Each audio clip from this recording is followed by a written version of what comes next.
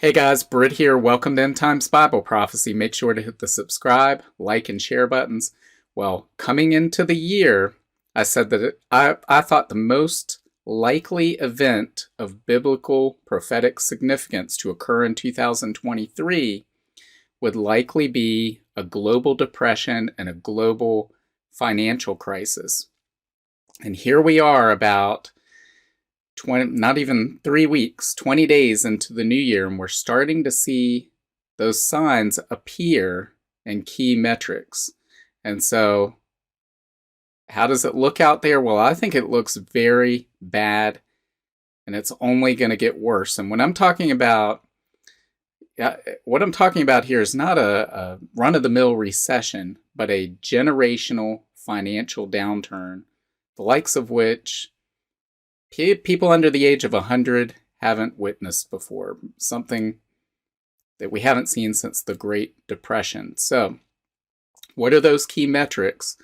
I want to start off by looking at this chart. This is Federal Reserve, U.S. Federal Reserve data. We looked at this a couple of weeks ago, and now we have an update on this. I wanted to take a look at it again for those that may have missed that video. So, what we're looking at here is the federal funds effective rate. So when you hear that the Federal Reserve is raising rates, lowering rates, this is what they're talking about.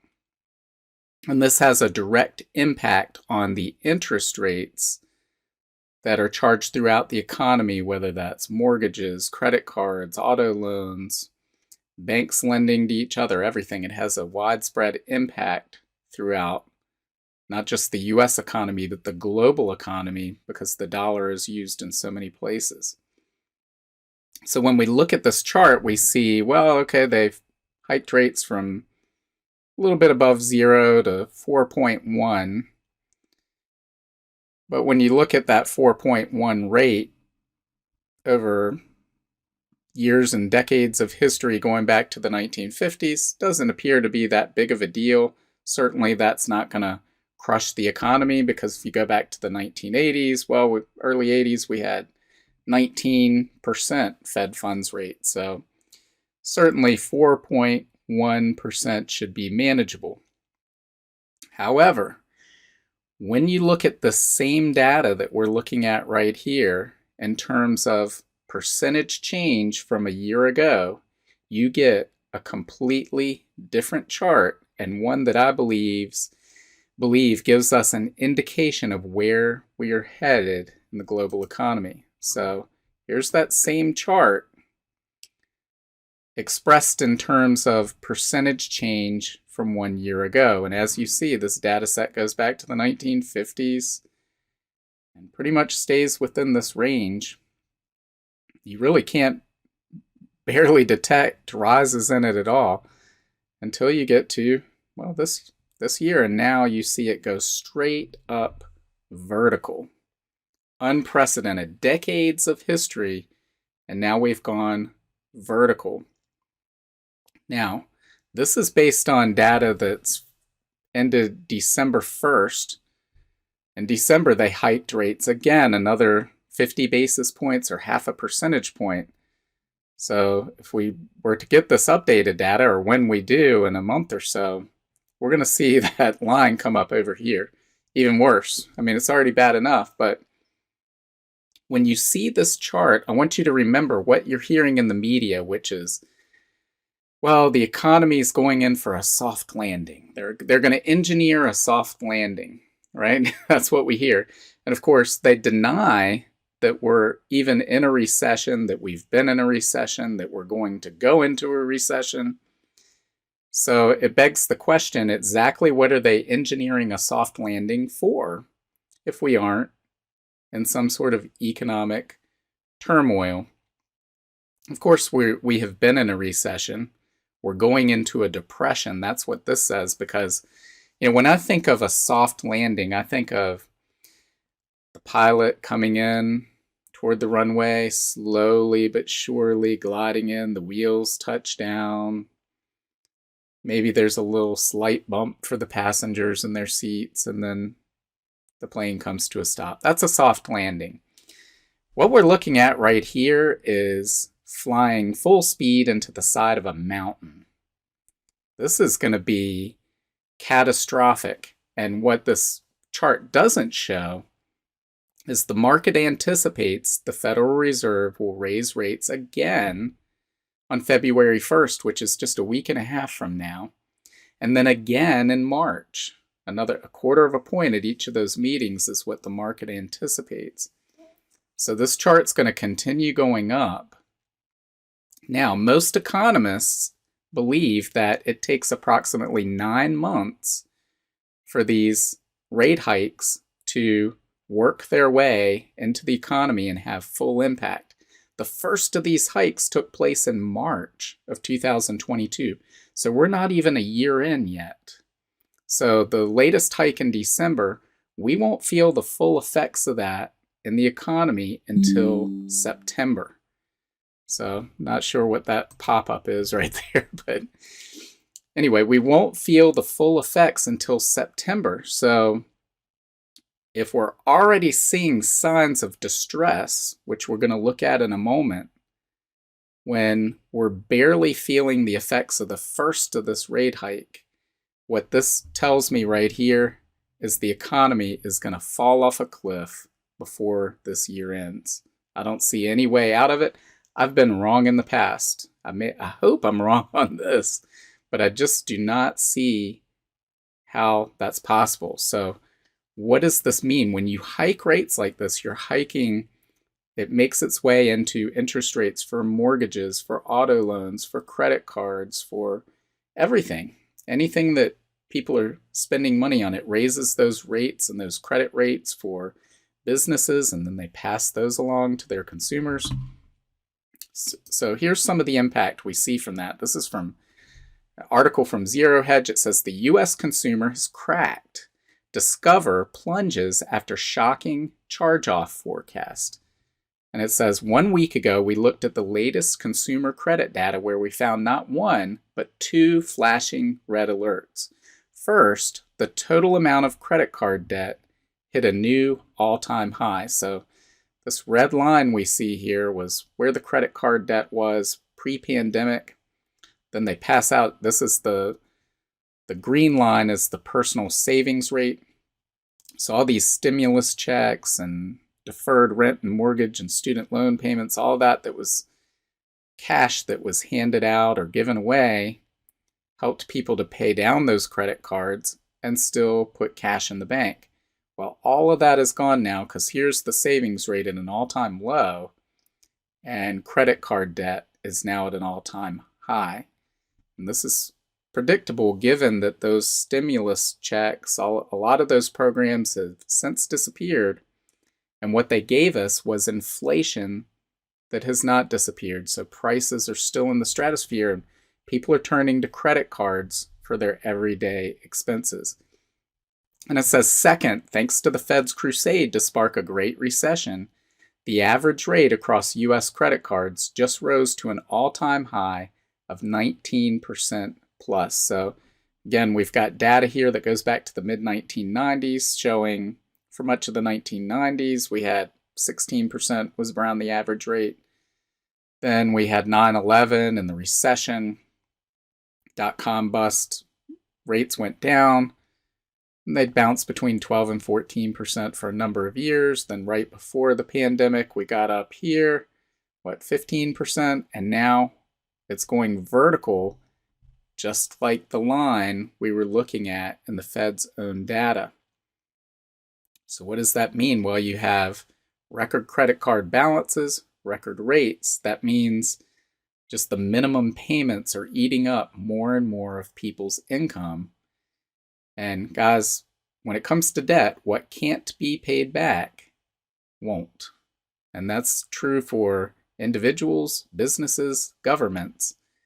If the debt can't be paid back, it will not, and it will go into default, and that creates its own issues. So this says, summarizing these ominous trends, we concluded that the combination of record high credit card debt and record high credit card interest is nothing short of catastrophic for both the U.S. economy and the strapped consumer who has no choice but to keep buying on credit while hoping next month's bill will somehow not come. Of course, it always does. It says, unfortunately, it will come at some point in the very near future, and this will translate into massive loan losses for U.S. consumer banks. That's when Powell, so the chairman of the Federal Reserve, will finally panic. And I believe that's true. I believe on the other side of this giant vertical rate hike that we're seeing, this year-over-year change in the effective funds rate, we're going to see them plummet that down to zero just as fast. Why? Because the U.S. economy and the global economy will go into cardiac arrest as a result of this shock jolt. They flew it into the side of a mountain, and they will turn in a panic, doing everything they can, not just the Federal Reserve, central banks and governments all over the world will be doing everything they can to salvage the economy and bring it back to life. And then the rest of this article goes on to discuss some of these charge-offs. So we had Discover Financial Services, which came out and announced their earnings, I believe it was yesterday, showing that their charge-offs were going to climb as high as 3.9% when the estimate was for 2.8%. So these charge-offs, this is basically people that have credit card debt. They aren't going to pay it. They can send it to collections, but they won't recover any of that. Who knows if collections will, but Discover isn't going to collect any of that, so they just lose that money. It's a charge-off. It's a loss for them. We're going to see a lot of that across a lot of these different banks. This goes on giving some comments by some analysts. But we get to the bottom and it says, as for the company's charge-off forecast, because they make this assumption going forward that really scared investors, but it's nowhere near what the reality is, which is going to be much worse, because it says, as for the company's charge-off forecast, we can assume that it was made with the company not making a recession its base case. And again, all these companies, the media, they're in denial that we are in a recession, that we've been in one, much less that we're going into one. We're going to be in a full-blown depression before they go, we might be headed toward a recession. They're going to be in denial till the end, and so is Discover. And it says, throw in a recession, a tapped-out consumer with record low savings rate, which means most middle-class spending is now funded on credit, and you have an extremely explosive mixture just waiting for a match. And I would submit that that match has already been struck. The fuse has been lit. We saw it in that chart. That year-over-year change in the Fed funds effective rate. 9 months is on that fuse. And they supposedly haven't ended their hiking yet. So we may be a year out before we get to the worst of the worst, but in the meantime, I believe that fuse is short and something is going to explode between now and the end of the year. There's just no way around it, because people are buying everyday items like groceries on credit and carrying that balance over month to month at record high interest rates. And it's not just credit cards. We're seeing this in the auto market as well. This is also from Zero Hedge. It says, auto crisis worsens as rate of severely delinquent loans hits 2009 levels.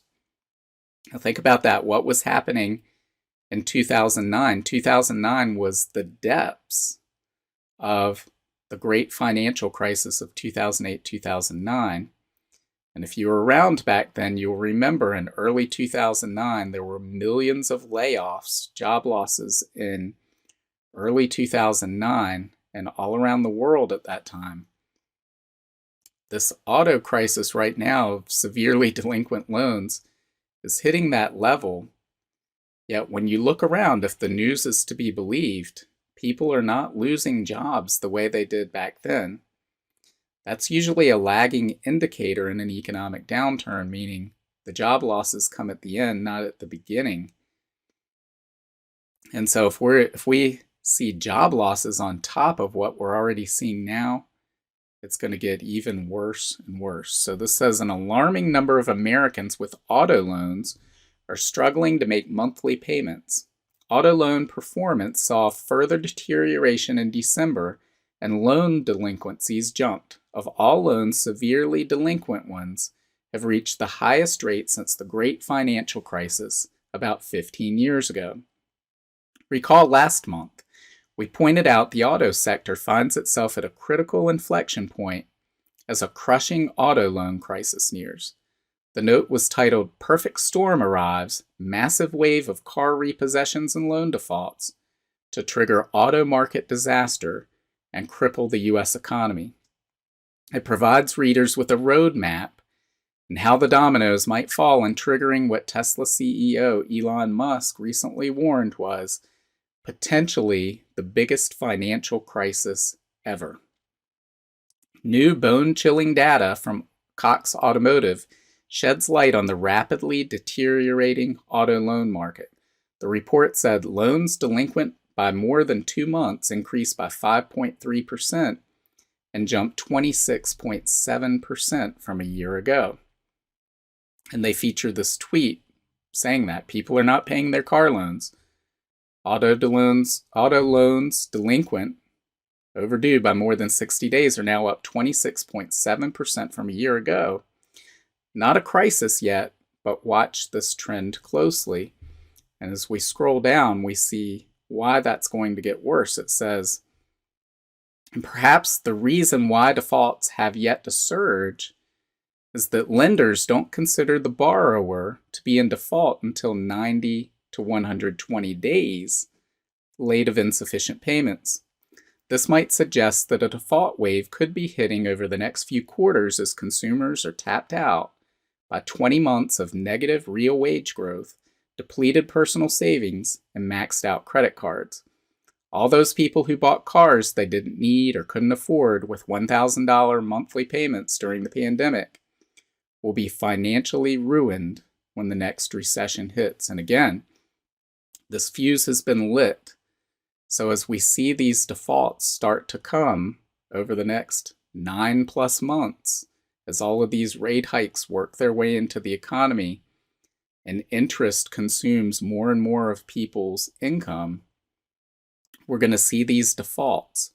And those defaults will lead to layoffs at companies that service the auto sector, service financial services, and then those layoffs will result in more defaults and more layoffs, bankruptcies, and it's the spiral, the same spiral we saw at the beginning of the Great Financial Crisis, the same deflationary spiral we saw in the Great Depression.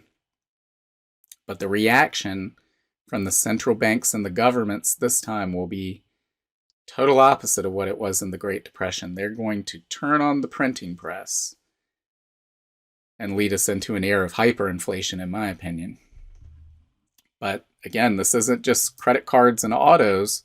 We had this from Business Insider. It says a housing collapse will help bring inflation and real estate prices back to earth in 2023, JP Morgan analysts suggest. So if you've been waiting to buy a house, you're worried about house price inflation, hey, don't worry, there's a collapse coming.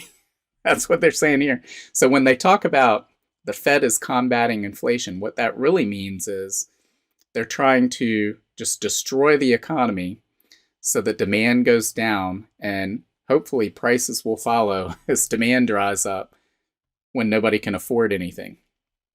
It says JP Morgan analysts suggest that a housing market crash could lead to lower levels of inflation. That's because housing counts for roughly 1/3 of the Consumer Price Index, a leading measure of inflation. The firm's forecast draws similarities between the pandemic's housing boom and bust and the crash of the 1980s. It says homebuyers and real estate experts alike have debated the possibility of a housing crash following the pandemic's unprecedented housing boom. As surging inflation and a series of rate hikes from the Federal Reserve keep mortgage rates elevated, it's an outcome that is becoming increasingly likely.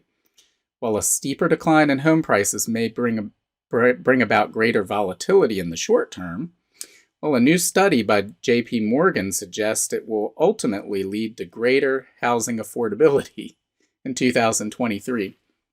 Now, I would take exception with that. I would say it may very well lead to lower housing prices in 2023, But due to the rise in interest rates and probably the increased number of layoffs we're going to see, houses will be no more affordable for people than they are right now.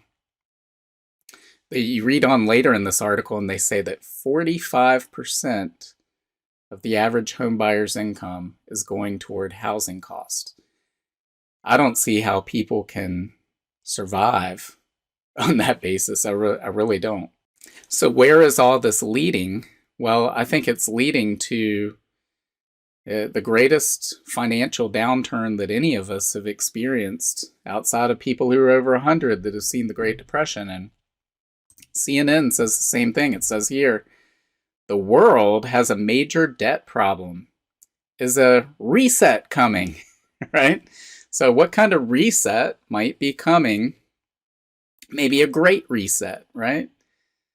Well, how come they don't have some fact check pop up here that says the reset is just a conspiracy theory? What are you talking about?